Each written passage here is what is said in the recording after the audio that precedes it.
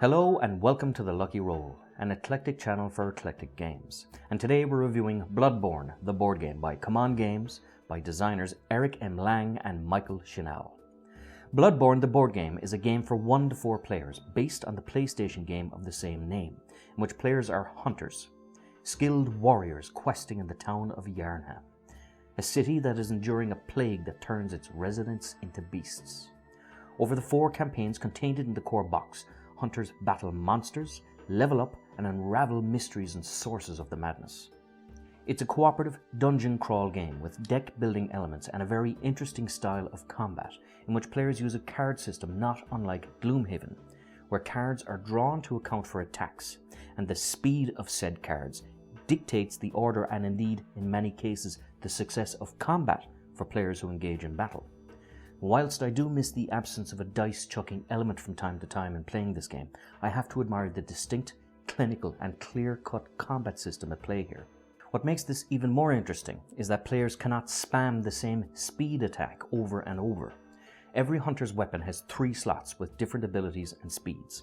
Once a certain attack is used, that speed and style of attack is unavailable for subsequent turns, as the player weapon needs to be refreshed before it can be used again. Players' actions are limited to the cards drawn at the start of their turn. Players draw up to 3 cards, and once their hand is depleted, their turn is over and the monsters activate. Certain actions allow the drawing of extra cards, but generally, players need to be frugal about how they take their turns and ensure that they don't needlessly squander their actions before stepping into a new area, lest they be at the mercy of a monster. The tone and the setting of the game itself is excellent, and whilst I'm unfamiliar with the Bloodborne franchise, the tone and dark gothic vibe is set very well almost immediately. Campaigns are done with the drawing of chapter cards similar to this War of Mine, in which each chapter has a set of goals in order to progress the story. Once any of those goals have been accomplished, a number card from the campaign deck is revealed and the next part of the story unfolds. Whilst basic, I found that this was a sufficient enough hook to keep me wanting to play in order to unravel the next part of the mystery or the story. The story is also very user-friendly, as any player that is unfamiliar with the franchise isn't overburdened with lore upon entry into this world. You are a hunter. This is a grim gothic medieval city in which beasts are spawning. Investigate and find the source. Simple yet effective. A computer game, and indeed board game similar to this, is Dark Souls, in which the story, whilst bare-boned, is laden with atmosphere to make up for it.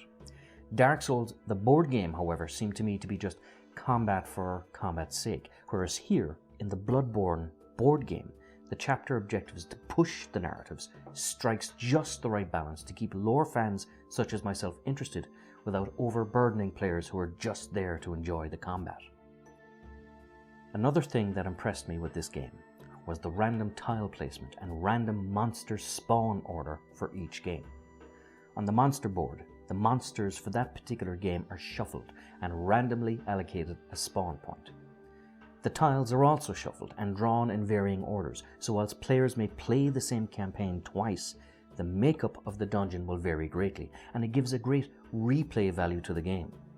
The monster cards are also double-sided, so monster behavior will also vary and deviate from game to game with different attack patterns emerging. A small but exceptionally clever little mechanic that gives a Diablo vibe to the game, with a constant randomly generated dungeon appearing each time you sit down to play a game.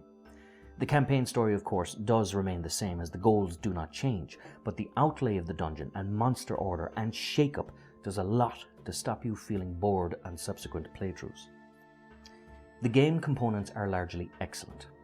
The miniatures are of an excellent standard, and the unique decision was made to make the player miniatures smaller than average.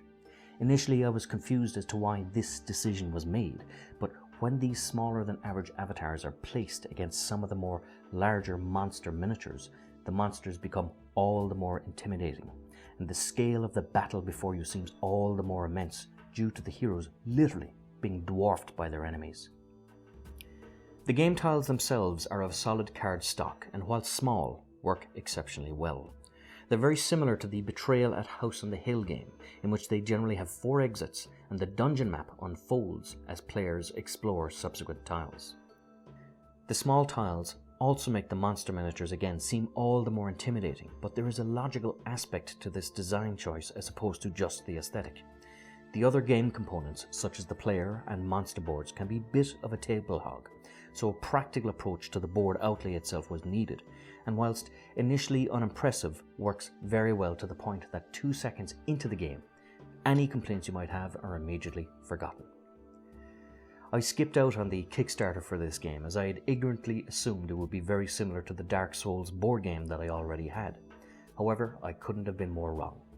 There is a very clever and efficient game system here, both in setup and execution, that whilst tonally similar to Dark Souls in its setting, is vastly different in its playstyle. So if you're a fan of either one of these games, I would most certainly urge you to consider the other, should you wish to further explore this type of universe in your gaming. Bloodborne is an excellent game with very little wrong with it. The only complaint I would have is that the rulebook is a bit lacking, and I had to delve into the communal wisdom of the board game geek community from time to time to resolve issues I found during the game. If you're a fan of Bloodborne the computer game, then you need to get Bloodborne the board game. If, like myself, you're unfamiliar with the franchise, but something about this game appeals to you, then get it, as the setting is streamlined enough to ensure that you can immerse yourself quickly, but dotted with enough hooks to keep you invested in the campaign contained within the game. A game I was very pleasantly surprised by. Until next time, this is Sean from The Lucky Roll. If you enjoyed this video, please like, subscribe, all that good YouTube stuff, and until next time, good luck, God bless, and stay safe.